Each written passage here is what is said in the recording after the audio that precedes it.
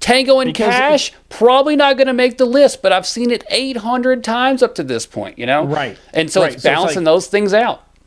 yeah, because like I used to watch the Star Wars movies and like Back to the Future all the time, and now it's like once a year. Maybe. I think a So key component of this, as well as we used to watch movies on loop on Comedy Central, on HBO, all that kind of stuff when the TV was on all the time, yes. and we aren't going to be doing Okay. that for the next 40 years. Here's a great example of that. I saw the first Harry Potter movie in the theater, didn't like it. Okay. I liked the second one. The first one just didn't hit for me. But I've seen that movie probably 100 times because when I was in college, we had in our my last 2 years in college, we had free HBO and Cinemax and Showtime. By the way, We Skinamax, no skin anymore. No, no, because everything's terrible. But I would stay up all night. I mean, literally all night editing, right? And they played that first Harry Potter movie on loop, right? They would do the thing where they'd play it like two, three times in a row. But sometimes they'd do like, oh, we're gonna do this, then we're gonna go to like Real Sports or whatever, right? It's like, well, I don't care about that, so I'm gonna go over to HBO East, and guess what? They're playing Harry Potter again. Again. So it would just be like on loop. And since I wasn't wanting to get up and replace DVDs all the time, it's just like I got to have something on while I'm working just to kind of get that noise. Yep. And I that movie I've seen a million times, and it's one that I don't even like.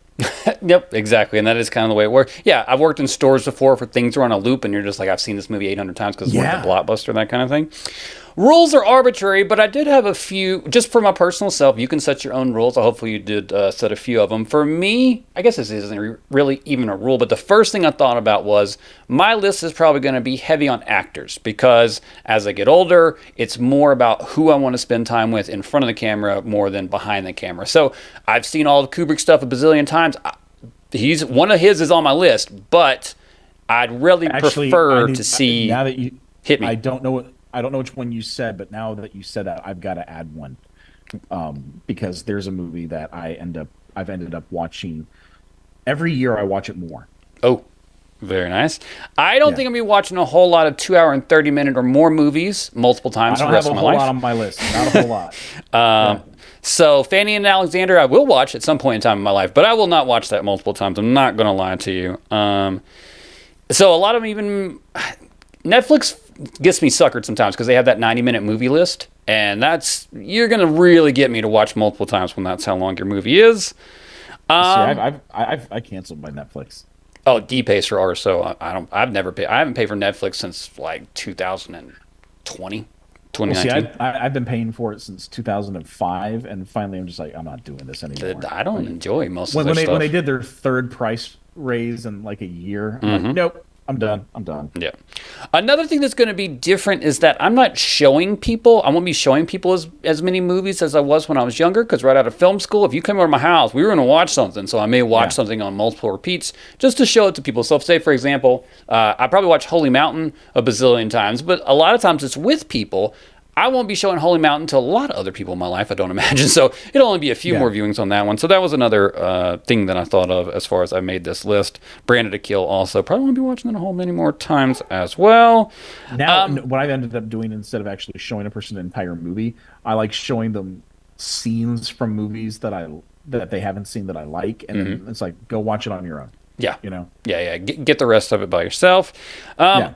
I think us as creators, there will be moments for the rest of our life that we get locked down in like a genre or something. So I feel like that the PI movies are still going to be ones that I watch a lot because I have a PI story in my head. So I'll repeat several PI movies like that, but that's because of who we are, Yeah. and how we operate. And I think that the people know us well enough by now to know that I might have some reasonable stuff on the list, but I'm going to have some shoddy, ridiculous shit on his too. So do not think Yeah, in any you way, will. shape, or form all mine are going to be snooty. And I don't even know if I have any snooty movies on this. So before we get to the actual list ourselves, again, these are very vague. Mine even may change when we're talking today, but I want to ask you, did you have any rules or things that you set forth as you set forth to do your list?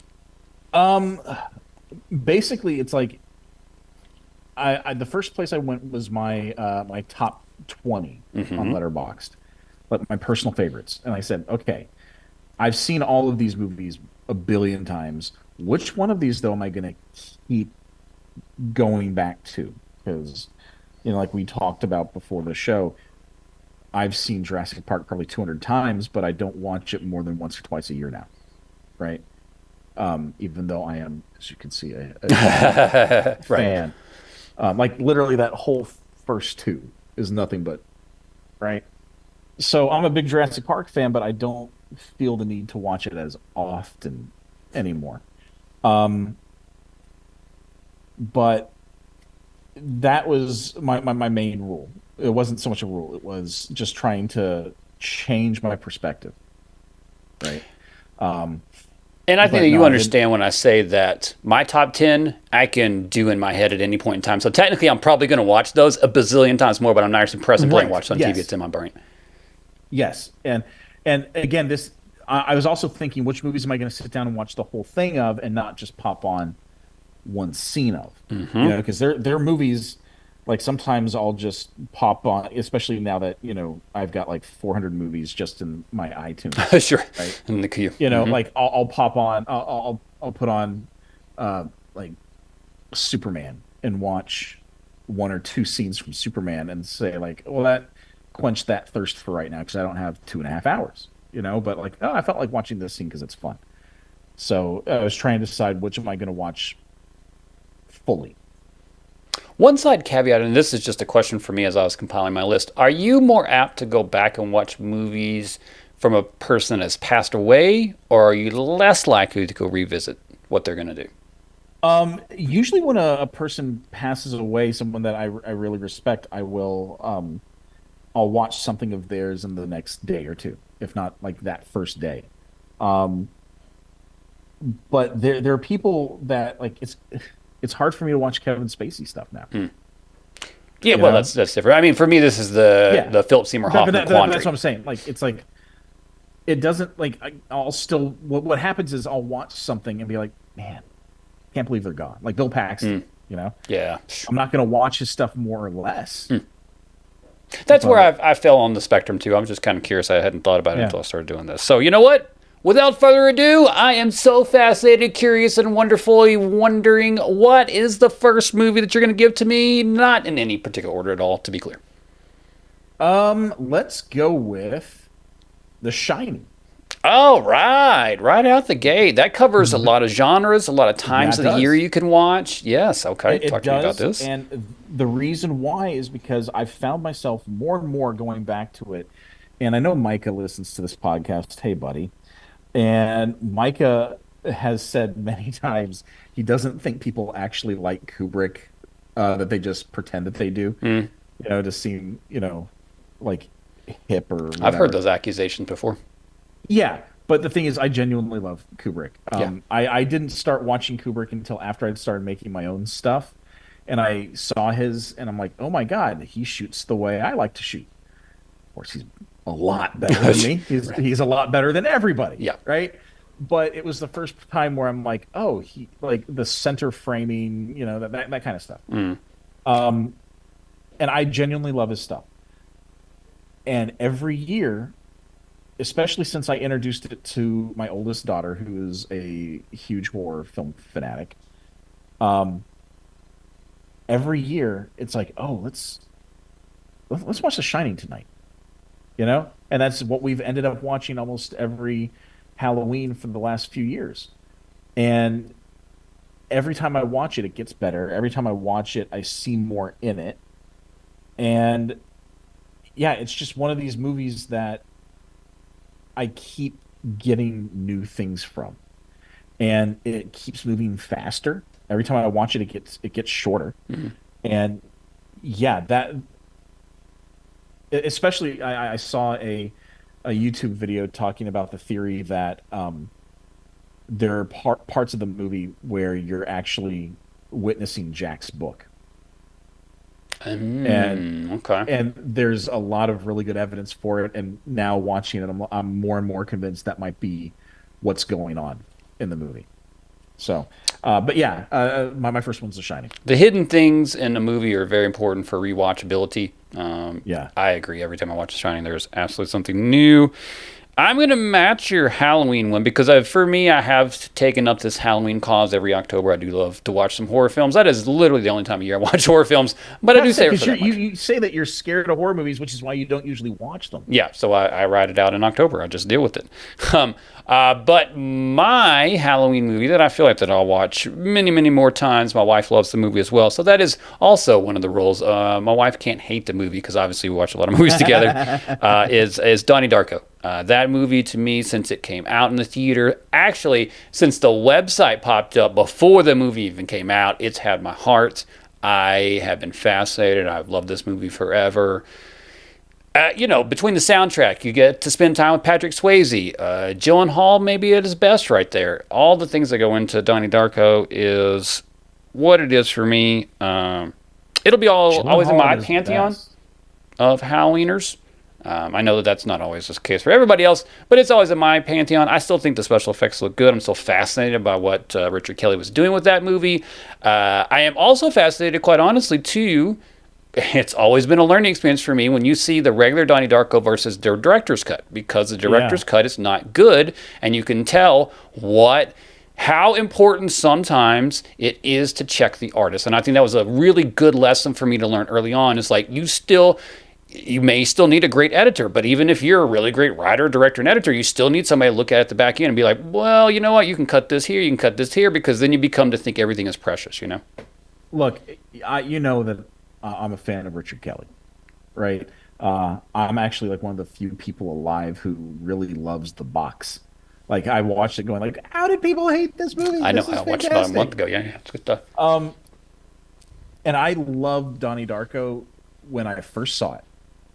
And I thought, oh, well, this is great. Now I see what everyone's, talking about. And then I listened to the commentary.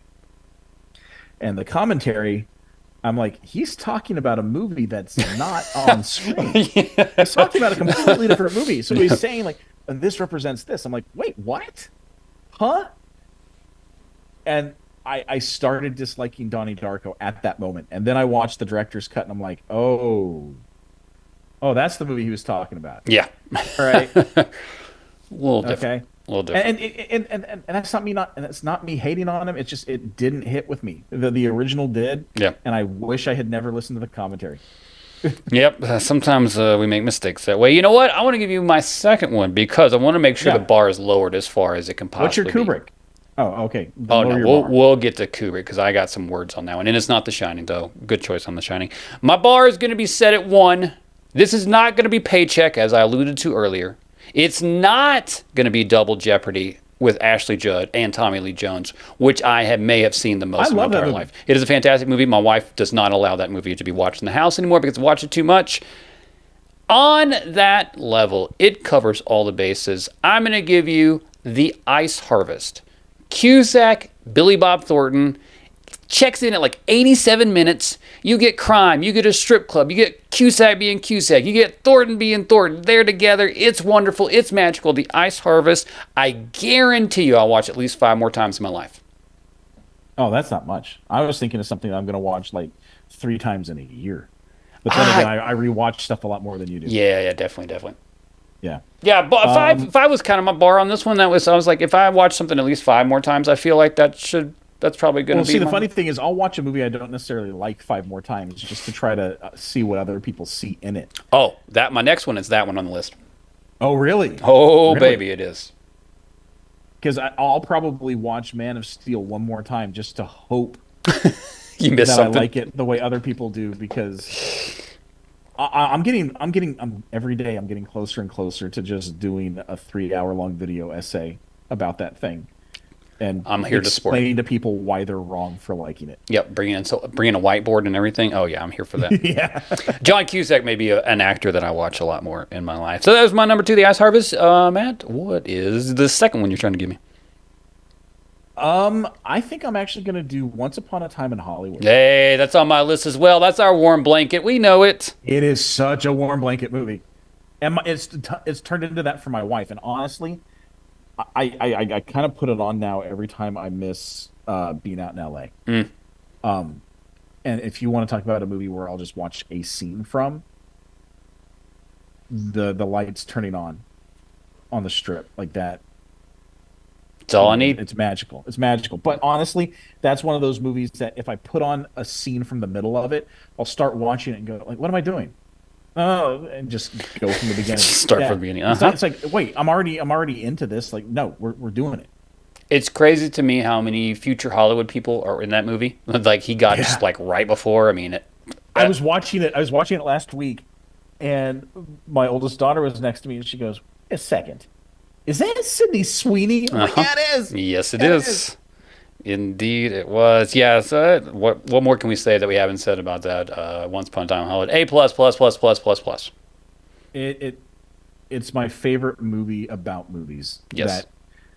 that isn't called Ed Wood. Mm, I dig that. I guess technically Holy Mountain would be a movie about a movie, but that's another story for another time. Like, yeah. It Yeah. I hear you. uh, The lines are blurred. The lines are I always don't know if blurred. I don't know if it's about movies per se or artifice Mm, in general and how you have to look at the deeper meaning and like how everything that's shown to you is being manipulated. sure. Boy, It's don't kind I of like know. F is for fake. It's his version of F is for fake. Oh, 100%. Oh, what a double Yeah. feature that would be. Oh, Oh, glory sakes. I think we just hit on some Whew. cinephile brilliance just now. Yeah. Man, I am so in on that. I'll give you my Kubrick now. It is not The Shining, like I said. I did love Can I that. guess? Can I guess which one? Oh, of course, you're going to know it. I hope you know it. Really? No pressure. No pressure. Don't ruin our friendship over this. Because part of me wants to say Eyes Wide Shut because you're a weirdo like me, and that's a great weirdo movie. Hmm. Is there a but, or I'm is gonna that your I'm decision? gonna say The Killing. Ooh, ooh, that's a good one. I'd probably Yeah. say, honestly, up to this point, The Killing's probably the one I've watched the most. Boom. But it's going to, but it's going to be, it's got to be the greatest comedy of all time, Eyes Wide Shut. Oh my God. Every time I watch it, it gets funnier and funnier and funnier. And you can It think about the is. real world stuff and you can think about the stuff in the movie and everything is perfect. And Kubrick was such a mad genius, but also a son of a bitch that he brought those people in just to destroy them because he knew it'd work on I'm film. I'm I'm telling you, my wife cracked that movie, Yeah. and she did it in the most nonchalant way.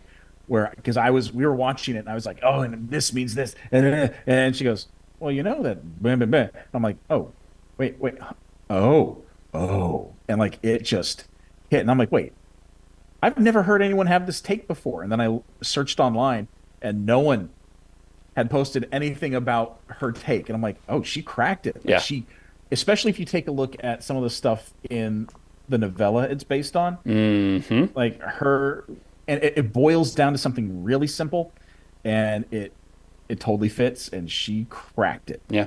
Yeah, she's The cracked it. magical film. I mean, even the stupid stuff. Like, I love the idea how he shot Cruise walking on the streets of New York City, but on the treadmill. But then he ran the thing behind it. But it was just the subtlety of everything. And See, I love the look of it, but like and the thing is, it's not like they couldn't get him there for that. Like he did it for a very specific reason. It had a look that he wanted. Yep. Like it's yeah, he's mad genius. mad genius, masterful. That's going to be the movie that I probably moved the farthest on in the sense that when I first watched it, I sat in a parking lot for 30 minutes and was just horrified, and my brain didn't work, and I didn't know how to deal with that up till now, which like I said, is just my favorite comedy.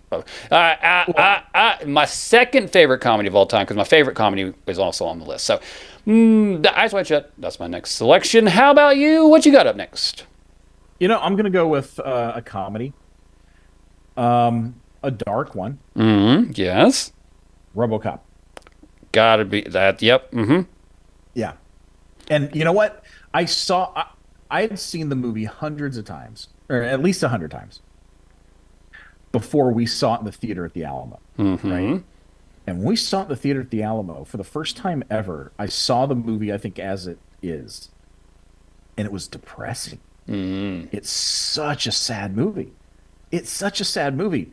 And you kind of, especially when you're watching it on VHS and you're younger, and you're just like, oh, people are dying, like getting blown apart, and you kind of focus on that. But no, when you are older and you are enveloped in it in a theater, it's like, oh yeah, this is kind of a depressing, sad movie in Yeah. every way because it's not just what happens to RoboCop, but like the fact that like no one cares. Like the coldest line in the whole thing is like, all right, the doctor where he's working on is like, all right, let's shock a flat line, then call it quits. Yep. You're like, wait, and he's conscious for this, you know? Brutal. Sorry, I didn't mean to hit my mic. And he's conscious for this, so it's like, oh man, like he's hearing them basically just say, let's give up on him and let him die. Yeah. Well, yeah, that's and RoboCop's another one of those movies I've had a lifelong weird relationship with it. My babysitter when I was like 8 years old showed it to me, and she wasn't supposed to, and I had nightmares about that bad boy for a long time. And now, again, obviously, I've understood and the evolution. That's why this is why I love movies because we change and we understand and we grow and things look differently and we evolve in our understandings of all those things. I love that so much. The best explanation of how movies change. I was listening to a podcast where Penn Jillette of all people was talking about how every 3 or 4 years he rewatches Last Tango in Paris, Mm-hmm. and he said like I first saw it when I was like 22, and I was like, oh, there's some nudity, and then I saw it when I was 32, and like basically saying like every time he gets older and he rewatches it, he sees it in a completely different light. Yeah. And that's the way Rosemary's Baby is for me. Every time I watch that movie, Oh, I like can I see that. view it differently. Yeah. Definitely see that. I will match your RoboCop and give you another one that's right up our alley when it comes to those kind of films. I really think, even though I've watched it a ton, this next movie will be one that I continue to watch over and over again. I'm going to take you back to the summer of 1991. I was in New York. I got to visit the Baseball Hall of Fame. It was really cool. I was up there for a wedding with some family. And then one night we're going to go to the movies. And they look through and they look through and they say, oh, you know what? We're going to go watch Terminator 2. And I was like, holy crap, I want to go watch that. And they thought about it, and they're like, nah, your mom would kill us if we took you to see that. And I didn't get to see Terminator 2 in 1991. I'm still so sad about that, but it still lives on with me. I love Terminator 2. I literally just watched it like a month ago. Even now, the special effects I'm fascinated by. Even now, I try to see the little things and like how they did that and how they did this. The only thing that I'm still sad about is the Guns N' Roses music video isn't actually in the movie itself. They don't play that song until the credits, so that makes me sad. But Terminator 2, I feel like I'm definitely going to watch that a whole bunch. That almost went on my list. That almost went on my list. But I didn't put it on there just because this is going to sound so stupid, but it's harder and harder to find a non messed up copy of that movie Yeah. No, I agree. because I completely he understand. DNR'd it to hell and Mm-hmm. he recolored it, and it's not the movie that it was when we first saw it. Yep. It looks completely different. So now you have to go back to a Blu-ray that's 15 years old. It's You know, terrible you we have have to to do do like that. you have to do the same thing with Lord of the Rings.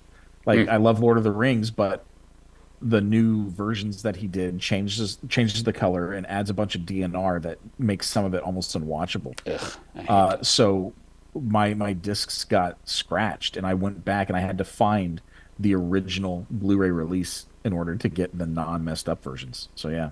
Absurd. On to you, friend. What we're going to talk about next? Because I'm about to Uh, dive. I've got one more, and then I'm diving straight into comedies. I'm gonna drop two, Please. and because they're both your favorite movies. Then Okay. then one of them's on my list too. I cannot wait. Well, I was being sarcastic. 'Cause I am. RRR Oh, okay. and Mad Max Fury Road. You'll know what I was talking about in a second, but you go ahead and talk about yours real quick. RRR is a movie I love so much that it's on my top 20 of all time. It's 3 hours long and I keep watching it. It keeps getting shorter. It is not available in its original language here in the States. Really? So no, it is not. There's no home video release. The only version is Hindi on Netflix. So I might have found a copy that someone made on Blu-ray that has the film in Telugu, and I might now have a physical copy of that, which means I can watch Nice. it anytime I want. I put on the Blu-ray just to see what it looked like. So I went to the Natu Natu scene. I'm like, oh, this looks good. You know what? And I just went back to the beginning of the disc and I watched the whole thing. It's one of those movies that if I'm in for a penny, I'm in for a pound. You know, it's I know you don't dig it, but it's one of my favorite movies in terms of performances. I love both their performances. Their relationship is why I watch it. Like the action stuff is fun, but honestly, I just like watching those two guys together on screen. They are fun to watch. It is my favorite bromance in any movie. Yes. With Once Upon a Time in Hollywood being number two. And then Mad Max Fury Road is the most pure action film ever made. It has some of the most amazing visuals ever put to screen in the history of cinema. Yep. It has a feel to it no other movie has. And, you know, I talk about iconography a lot and how we're just recycling iconography from the 80s and early 90s. You know, because for some reason, and I'm pretty sure it was the cocaine, but Well, you know, that could be the answer for a whole heck of a lot of things. but they were making stuff where it's like, oh, well, this is a cool character. It has a cool look. I want to dress up like this character. I want to have this car from this movie. I want to have like the proton packs, like all the stuff that is made. Like, you know, when you see Darth Vader, that is something that someone created just out of their brain. Now it's a piece of iconography. And the War Boys and Immortan Joe are two of the most striking pieces of iconography that we've had in movies in 20 years. Easy. Because we don't really get a lot of new stuff like that. Like we don't get a lot of new DeLoreans from Back to the Future. You know, we don't get that stuff in movies anymore. And this delivered it in spades. So sad that we don't get that. So sad indeed. No, we don't. Live update of the podcast. My little brother Greg, hello Greg, how are you doing today? Wanted to give us a update that Face Off 2 has now been discussed with Travolta and Nick Cage considering the idea. So my Greg, let's put that on the list of things that won't happen. yes, sadly, sorry Greg, to be honest with you. All right, so to match what I was saying just before, the movie that I hate. You know what? I can't help it. I'm still a film nerd at heart. I'm still a film, just like a film school. Like that was me. That's where I learned everything. And so I feel like I will continue every 5 years to try to watch Citizen Kane and try to make sense of why people like that movie. I don't know what it is. What's my disconnect from it? I accept that it's me at this point, but it just has never worked for me. But I need to always have something that I go back to and I go, I'm going to figure this out this time, and Citizen Kane will probably always be at the top of that list. I gave up with Casablanca because I'm the same way. Like I recognize that it is a good film, but I don't connect to it personally, and I don't know why. Because I saw it the same time I saw all these other movies like that, Right. But for some reason, I was just like, yeah, it's fine. Like, have I ever sat down and said, do I feel like watching Casablanca? Never, which is crazy. Yeah, because you think that would be one. But honestly, when people are like, oh, the scene where they sing against each other, it's like, okay, well, Curtiz did the exact same thing in Dodge City a year earlier. Yeah. And that one ends in a giant saloon brawl. That's more my speed. Did you consider any movies that, especially since they're reshowing films in movie theaters and stuff, movies that you would want to go see with the crowd that you will go see multiple times with the crowd again? Ooh, The Fly. Ooh, I bet that is fun with the crowd. That I saw that in our horror class at SC, and it was basically a room of 420-year-olds just like screaming. Fantastic. Because most of them, I don't think most of them had ever seen it, and I had, and I was like, oh.